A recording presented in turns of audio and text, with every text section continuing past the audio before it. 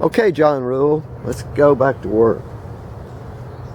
Summing up, I'd say I served in a necessarily undemocratic system, observing a waste of both human potential and materiel, plus some deliberate criminal action in my first permanent party unit. I was often at the mercy of martinet and sadistic types.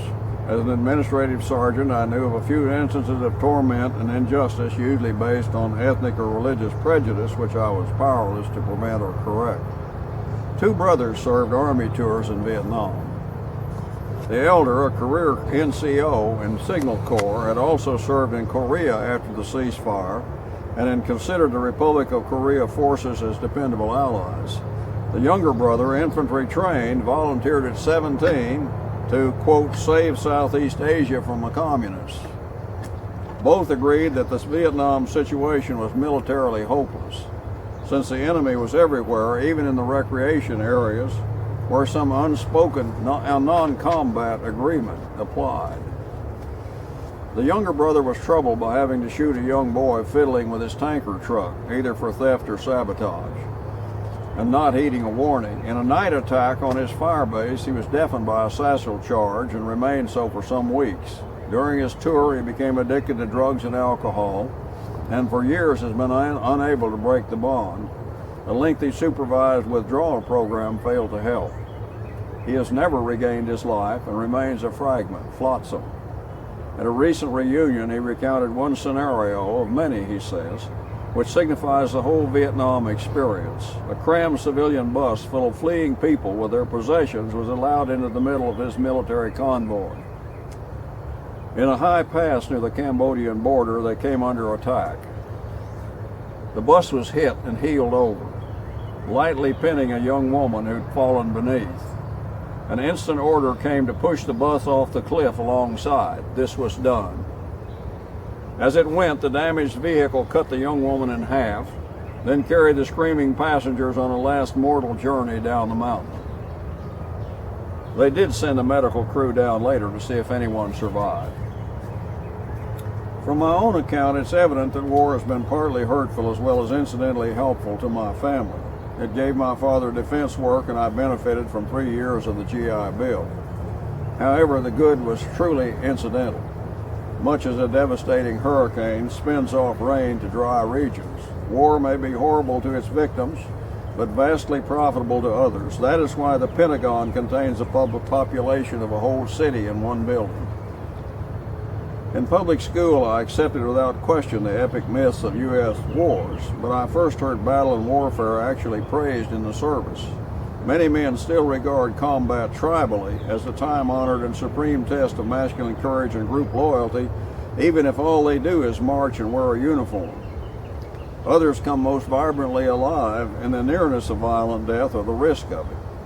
Some totally embrace the culture, regard wartime service as the greatest, cruelest boys' club of all.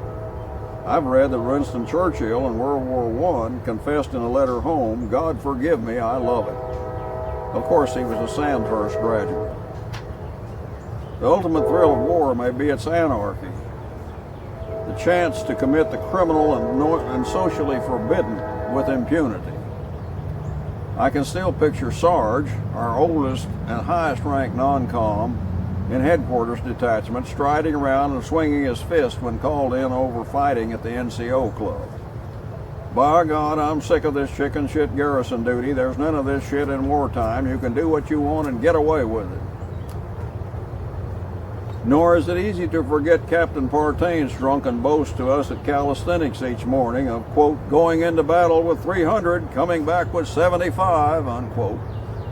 Liquor and prostitution, the soldier's anodynes and proof of his vitality, are ever present at Army posts, no matter how remote. This post wasn't different. Trainees were allowed only 3.2% beer at the PX, so they had to drink twice as much. But the officer and NCO clubs flowed with unlimited hard stuff, judging from the behavior of our own personnel. Our friendly corporal, who lived in and guarded the Class 6 supply, liquor, a barred warehouse, was the most popular guy around. Personable and efficient, he made extra money by bartending at officers' parties. This charming young man, a friend, assured me that all spirits firms were very patriotic in their dealings with the military. His own family ran a liquor business in Chicago. It shocked me to hear that he had died soon after his separation from his own drinking habit. Prostitution was another matter, but also easy of access, since the drinking and dancing clubs with available ladies were only a mile or so beyond the front gate and the MP checkpoint. One attempt by our most criminal enlisted man in the headquarters detachment failed when he was caught near the firing ranges with 2 girls and a mattress in his convertible. The service does actually discourage bad publicity and STDs. It seems clear now that my best memorial to Harold is to speak against this cult of war and militarism for the sake of all the young of the species and for the health of the earth that we draw lines upon to fight over. This public attitude of viewing war as a verity of human nature and a useful political tool puzzles me. Resorting to it means either a failure to communicate or a criminal action. Fort and fight, except in a truly defensive situation, works very poorly. Whether for individual, family, or society and nation, a belligerent attitude fails to yield much beyond more combat. In international affairs, a war may end in arrogance and corruption through triumph, or misery and lasting hatred through defeat. Even a draw can mean mutual and long-lasting exhaustion. In our society in recent years, we saw instances of small civilian groups, or militia, quote, fortifying an area and attempting to secede from the U.S., one in the northern part of the Ozarks. In such cases, the group's defiance and suspicion easily call forth a strong response from local authorities. One side or the other provokes a reaction, and tragedy often results. Waco and Ruby Ridge come to mind. In any social unit, humanity survives and prospers best through cooperation. All too often, constant war-making siegs into a race to the bottom in an effort to outdo the enemy. Language, commerce, society itself, all flourish through cooperation, friendly competition, and compromise, which means sharing by ceding some of what desires for the greater common goal. Compromise is here used in the sense of a workable solution, not as commonly assumed in a winner-take-all society, a shameful surrender. Only an actively cooperating society can remain sustainable and stable. Peaceful social living is a dynamic, creative process, not a static condition. Just as an ideal personal love is a dynamic peace in each other between individuals with a will to love and share, so social peace requires eclectic appreciation of many viewpoints within an overarching agreement in the spirit of our basic documents, an open-eyed but willing attitude. We live at a time when humanity teeters on the cusp of change, forced by threatening choices, dominated by Janus, the god of gates and doorways. Overwhelming fears plague us, but fear is a poor emotion for making long-term decisions.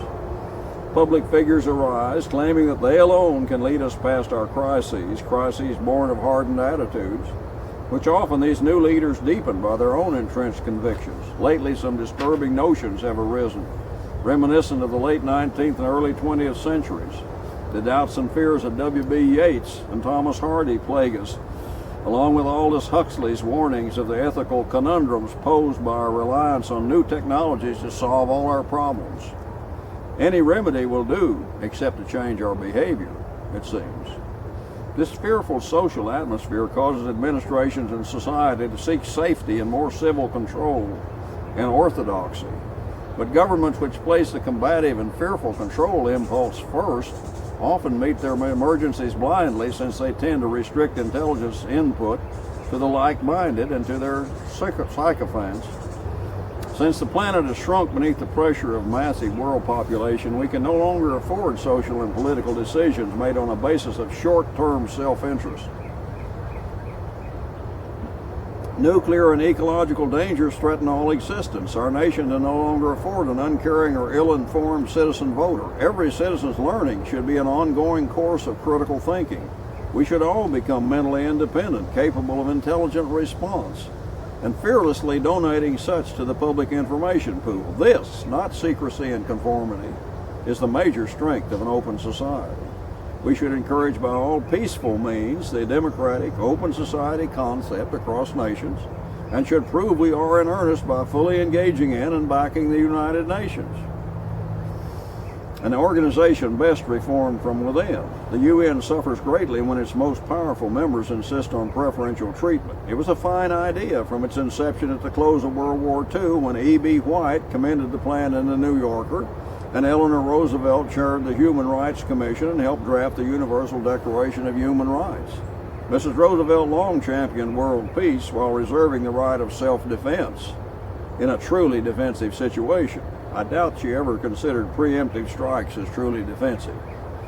In 1986, the United Nations Educational, Scientific, and Cultural Organization, UNESCO, issued its Seville Statement Against Violence, concluding on the basis of a study by 20 international scientists and scholars that nothing in the DNA of mankind indicated any genetic predisposition to modern mass warfare, but that it was a social and cultural phenomenon resulting from a combination of factors, that it wasn't inevitable by any means, and that the species which invented modern warfare could also construct a culture of peace. This undercuts the argument of jingoists who insist that war is inevitable, the so-be-it types who perpetuate the old doomsday complex.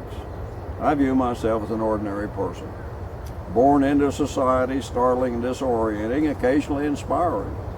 In an era of waste and extravagant display, what lodestar or gyroscope can one use to simplify a life pattern and maintain emotional stability? Lately, I've adopted the ideal of quality in all aspects of living: work, play, and personal relationships. And as a consumer, I vow to buy mostly the durable, reusable, easily maintained, thoughtfully simple of design, a bit of universal essence in each product, a large order, but worthy of the attempt. Pursued widely, such a standard may be the true economy for any society. A bit of the most competitive over time for market and the least susceptible to market change. And as my own motto in art, learning, and personal relations, I've taken love, understand, create. Beginning with any one of the trio, I'm aiming for a clear-eyed eclecticism, matching up the best elements of my personal world. Maybe the movement of humanity in space-time should be forever mentally expansive, educational, creatively enriching. To me, the only true education is self-driven and thrilling to the curious individual consciousness. The excited and exploring mind doesn't need to be certified, but trains itself by climbing from the known through the unknown. And the cosmos must hold an infinity of unknowns. For ages it's been obvious that mankind will not give up our exploring passion. During the last half-century, this attempt to move from this planet into the greater universe. Further, it's clear to me that as a species we must first scrap our habit of offensive warfare. Along with our fearful fixation, either from paleo days or from fear of our fellows, that any organism encountered in space exploration have the desire of devouring, destroying, or enslaving humans. Are these projected monsters of the id? This is the thrust of most space fantasy films that I've viewed. Yes, our habit of offensive warfare should be scrapped and never leave this planet. This is a tall order, but the only salvation I see for us as a species worth preserving. I move on with one more assault on this bloody tribal anachronism. Warfare is the same reaction on a social basis as Zach Vickers' reaction on an individual one, a furious spitting against all norms of rational behavior and self-control, rejecting and denying our best values to create mayhem against man and nature. War is coordinated social madness, organized in logical action toward an insane goal. We take pride in deliberately degrading promising young humans into walking lethal weapons. Aside from acting purely defensively or cooperatively to prevent genocide, should governments pit the natural increase of the species against one another in bloody struggles over abstract political, religious, or even Lebensraum differences? About this last, if even a small fish in an African Rift Valley lake can adjust to crises by altering its size and even its sex as need arises, surely a being which has changed itself amazingly in historical time, with special requirements for transport, food, and shelter, reproduction and excretion, a porta potty on the moon, art and culture can figure out and live by its own homeostatic ratios for space and supplies. It's needful demographics to flourish peacefully within its given ecology. Again, borrowing Shakespeare's words from his sonnet on degrading love, war is, quote, a spending of the spirit in a waste of shame. The highest qualities, courage, loyalty, resourcefulness, and creativity, intense mental and emotional effort, total physical concentration, supreme self-sacrifice are all subverted to the lowest, most degenerate goal of all, the endorsed mass murder of our own species. There are no wars without atrocities on all sides. War is itself an atrocity. And military technology has increased collateral damage exponentially despite claims of surgical strikes and remote-controlled assassinations. We've just left a century infamous for the staggering totals of civilian and military war death, rivaling even the worst plagues and natural disasters recorded. Civilian deaths usually exceed the military ones in war. And now, a decade into this new century, it looks hardly more promising. Ominous portents abound, huge military budgets for weapons and weapon research, for standing armies, the boom in international arms trading, the increase of hugely profitable firms of mercenary soldiers, security, contractors, quote, plus the resurgence of ideas from the age of empire, Kipling's white man's burden, and the Pax Romana idea of peace and prosperity here through unending warfare there. These phenomena greatly alarm the thoughtful among us, causing them to turn out many books and articles on it. What's the root source of all this? I believe that both war and the revived practice of capital punishment, once on its way out in the U.S., owe much to the same ancient bases of anger and revenge. These practices demean our whole species. This revival of the Pax Romana idea perplexes me. According to its backers, our nature should fight terrorism, quote, and go about imposing democracy by invading and militarily terrorizing these unruly smaller nations. Shock and awe, quote, unquote. Then maintaining a military and civil oversight until a social system we approve of takes hold. Is this because we believe ourselves powerful and prosperous and, of course, superior in every way? Isn't this neo-colonialism and empire building? Is it even possible in an age of instant global communication? I find it both repugnant and doubtful. The will to resist and cultural pride are powerful motives for anyone. Then, too, if we pursue such a course, our own resources, as well as the planet's, do have limits. And capturing new ones doesn't always work out. In the classical world, peace here through war there meant that staples and desired rarities, or sumptuary goods, flowed back to the centers of empire, while imperial armies fought on at the fringe, capturing new markets and territories. No far frontiers now exist, except the poles, sea bottom, space, and now the ether or cyberspace, all of which we are quite capable of fighting over unless we change our ways. Besides, overextension often results in neglect and malfunction within systems until the whole grandiose structure implodes. Perhaps we can think of examples, recent as well as ancient. Even multinational corporations, empires, may have their own problems. And so we come to the Republic's problems with ethics and principles. No nation claiming to be a bastion of democracy and individual freedom can violate with impunity its basic beliefs. In a democracy, the process is the product, to be adhered to both internally or externally, or else the lie is revealed, good for us only among our elect, and when and where we wish it.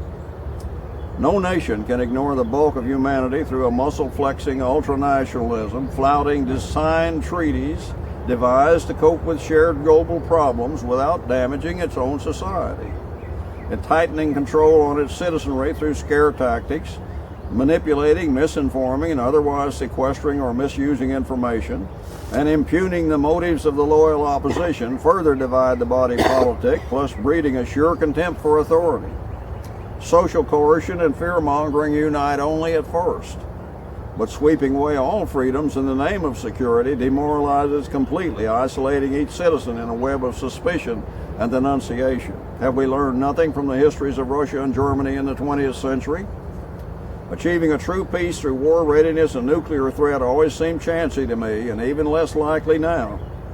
In an age of cunning long-range weaponry and ongoing military research, in the 1950s we were told that the ICBM policy of balanced might, or MAD, M-A-D, mutual assured destruction, was our best guarantee of a nervous stalemate with the Soviet Union. So here we are, just as jittery over 50 years later, at a time when lesser nations are strapping on nuclear weapons like six-shooters. If we are ever to hope for anything more than a precarious armed truce, we must defuse the single most destructive weapon the world has ever known. No, not the atomic bomb, but the human will to domination and vengeance, plus our curious habit of bequeathing and inheriting group hatred. Any more of this peace through war, quote, may be the silence of millions of vaporized bodies, even of an earth incapable of sustaining the thin, rich skein of interrelated life forms that we are finally learning to value as the only true wealth in a universe of vast sterile spaces around life oases like our own planet. I now believe that our species threatens itself by its own blind success. Further, I'm convinced that any time a species attempts utter domination of other species and of its total ecology, it risks its own extinction by breaking myriad vital interdependencies it fails to recognize. To me, this is risking racial suicide. Any organism may compete for its existence. Only we who claim rationality should realize that exploitation and extinction of other species can equal death to the one atop the food chain. In his Nobel Prize speech, William Faulkner made an intriguing and cryptic statement, his belief that, quote, man would ultimately prevail, unquote. Prevail over whom or what? Ultimate prevalence would seem to call for ultimate wisdom, a compassionate, all-seeing wisdom. My lesser hope is that we may triumph over our own fearful, destructive, and wantonly selfish tendencies, thereby rising toward full maturity and dignity as a species, and possibly ensuring our physical survival on the only real life arc we as yet positively know to exist in the tremendous space sea of the universe. We may in the process help save at least part of Earth's precious remnant of varied life forms from the current grand die-off, an extermination which we seem to hasten if not actually cause. Who knows? Given a especially desperate crisis, we may even vindicate one of our more dubious traits, such as our willingness to abandon all personal judgment in favor of troop leadership. From a cosmic perspective, humanity may be merely a single life form, evolved by accident beyond nature's common bonds to encompass and degrade its environment, and now searching for new habitat to ransack, its appetite as keen and mindless as that of any rabid virus. This is an unflattering view. I prefer a different. I still believe in some element of benevolent impulse coded in our genes. One could call it long-term self-interest, which, given its chance, may likely prevail. On the basis of my life experience, I'm pleading for an intelligent and passionate humanity-wide campaign to protect, study, and nurture a portion of all surviving life forms on Earth, plus any we may encounter elsewhere, as a policy of our own survival. For the magnificent nature of evolution dictates that the supposed enemy of today may become the savior of tomorrow. That is the strength of varied adaptation to the challenge of existence. The process allows none the option of failure to try. Does this plea for personal and united action to end the bloody mass sacrifice of war and to preserve and nurture all life forms seem excessive to you? It certainly does not to me. The time is here for mankind, each one of us, for humankind, to take responsibility for our collective actions, for our individual actions, and for our future selves, and for the future of all life. Time now for racial noblesse oblige. This portion of fate in our hands no one can ignore. We shall each need equal measures of insight, compassion, and developing wisdom put into action now. A true reverence for life, as life, must become a universal and continuous passion. So at last I come to a stop. Still wondering about the fate of my species, about the fate of all life on Earth, as humanity, still in its adolescence, claws at the stars. I wonder if we can rise to accept this supreme stewardship, if we can repair some of the damage to this garden where we each awoke to life, and if we can learn to live fully in the highest meaning of noblesse oblige, that is, ultimate power to act together with ultimate compassionate understanding. I've said what I could for Harold and all the hopeful young like him, my old obligation, and tried to understand my own wandering pattern. Now I'm left with only a few images: a trembling iris bloom sprung from a rocky riverbank, Harold's clear gaze as he lay on the grave tablet, my own younger self on a hump of fossil rock amid roaring water, staring at a hatchling creature eyeing me both steadily and warily. John Rule, April 2011, Fayetteville, Arkansas. Thank you, John, for sharing Ode to Iris.